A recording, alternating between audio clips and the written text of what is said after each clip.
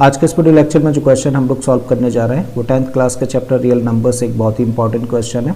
इसमें दिया है हम लोगों को the sum of two numbers is 1215 and their HCF is 81, then how many such pair of numbers are possible. तो क्वेश्चन में हम लोगों को बोला गया है कि दो नंबर्स हैं और उन दो नंबर्स का सम 1215 है, जबकि उन दोनों नंबर्स का जो एचसीएफ है वो 81 है। तो बताइए नंबर्स के ऐसे कितने पेयर्स पॉसिबल हैं जो कि इन दोनों कंडीशंस को सेटिस्फाई करेंगे।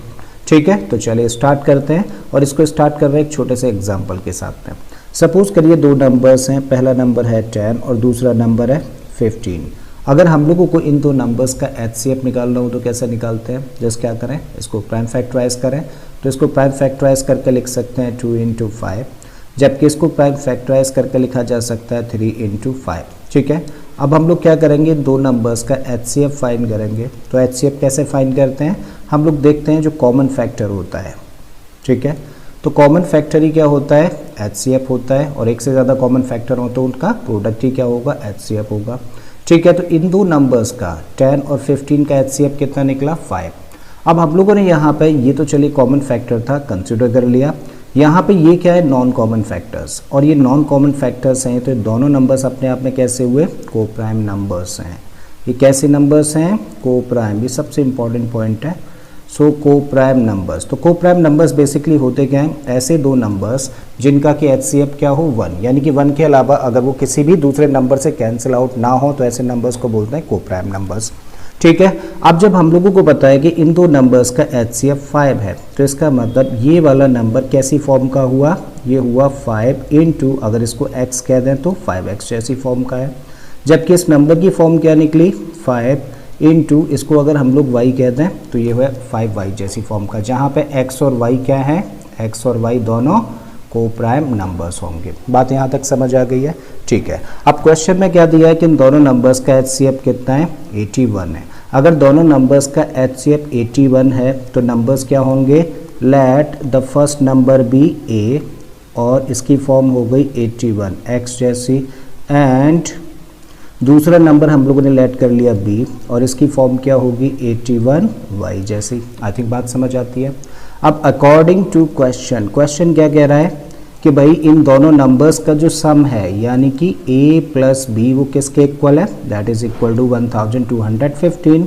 सो 1215 दोनों नंबर्स का सम। ठीक है, एक ही जगह पे रख सकते हैं क्या, 81x रख दीजिए भाई, 81x प्लस b की जगह पे रखा जा सकता है क्या, 81y, and this equal to 1215।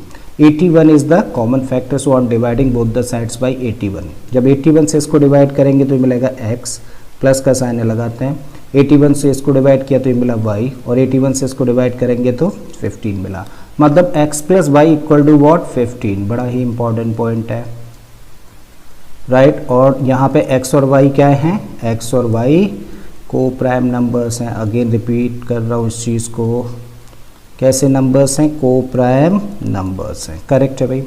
अब ये क्या है, linear equation in two variables, और अगर इसके सॉल्यूशंस की बातें करें तो हम लोग कह सकते हैं कि व्हेन x इक्वल टू 1, जब x 1 होगा तो y की वैल्यू कितनी होगी, y इक्वल टू 14 होगा। ठीक है, जरा देखो x और y, x है 1 और y है 14, क्या ये दोनों को प्राइम नंबर्स हैं, यस ये को प्राइम नंबर्स हैं।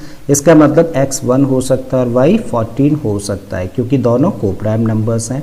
और जब x 1 और y 14 हो सकता है तो यहाँ से दो नंबर्स निकाले जा सकते हैं, a कितना होगा तब 81x, और b कितना होगा तब, b होगा 81y। x की जगह पर रख दीजिए 1 और y की जगह पर रख दीजिए 14। बात समझ आती है, और यहाँ से तब हम लोगों को एक नंबर का पेयर मिल जाएगा। बात क्लियर। इसका मतलब एक पेयर ऐसा पॉसिबल है नंबर्स का। अगेन देखें, हम लोग कह सकते हैं when x equal to 2, then y कितना होगा, अगर x 2 है तो y कितना होगा 13। क्या 2 और 13 को प्राइम नंबर्स हैं, यस ये दोनों भी को प्राइम नंबर्स हैं, मतलब यहाँ से भी नंबर्स का एक पेयर हम लोगों को मिल सकता है। ठीक है, अगेन देखें व्हेन x इक्वल टू 3, तो y कितना होगा, y होगा तब 12। अगर x 3 है तो y 12 होगा, तभी दोनों का सम कितना होगा, 15 होगा ना। क्या ये दोनों को प्राइम नंबर्स हैं, नहीं है। इसका मतलब x और y की ये वैल्यूज़ नहीं हो सकती, तो इस तरह से पेयर नहीं बनाया जा सकता है। जब x 4 होगा तो y कितना होगा, y 11 होगा।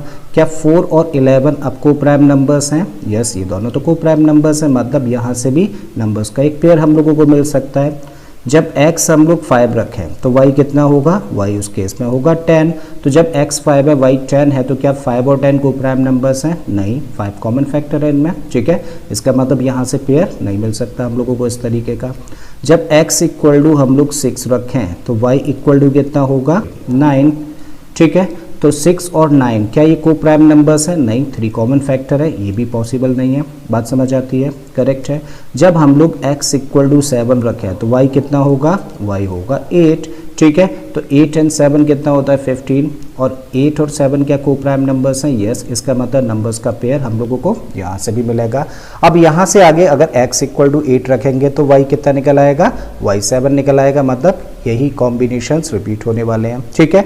इसका मतलब यहीं तक हम लोगों को चेक करने की ज़रूरत है, क्योंकि अगर हम लोग नंबर कहें 10 और 15 या 15 और 10 कहते हैं तो ये तो एक ही पेयर है ना नंबर्स का, बोला नहीं है ना कौन सा बड़ा है कौन सा छोटा है। बात समझ आती है? इसका मतलब अब तो सेम कॉम्बिनेशंस रिपीट होने वाले हैं। तो ऐसे नंबर्स के कितने पेयर्स निकल के आए, देखो एक पेयर हम लोगों को यहाँ से मिलेगा जब हम लोग x इक्वल टू 1 रखें और y इक्वल टू 14 रखें। एक पेयर हम लोगों को यहाँ से मिलेगा, ठीक है, जब हम लोग x की जगह पे 2 रख दें और y की जगह पे 13 रख दें, तो एक पेयर मिल जाएगा नंबर्स का।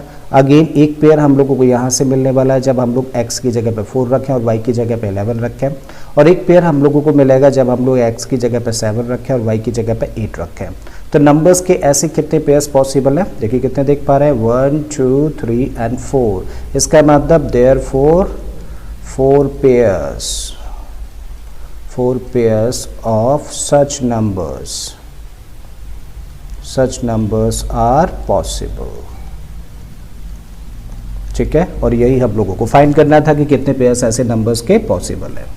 आई थिंक स्टूडेंट्स क्वेश्चन आपको अच्छे से समझ आ गया होगा। अगर ऐसा है तो प्लीज़ वीडियो को लाइक कर दें, चैनल को सब्सक्राइब कर लें, और बाकी के क्वेश्चंस के लिए अपनी प्लेलिस्ट में चले जाइए। इस तरीके के बहुत सारे क्वेश्चंस मैंने ऑलरेडी अपलोड किए हैं। मैं फिर से आता हूँ एक नए क्वेश्चन, एक नए कॉन्सेप्ट के साथ में। Till then keep learning and thank you for watching this video.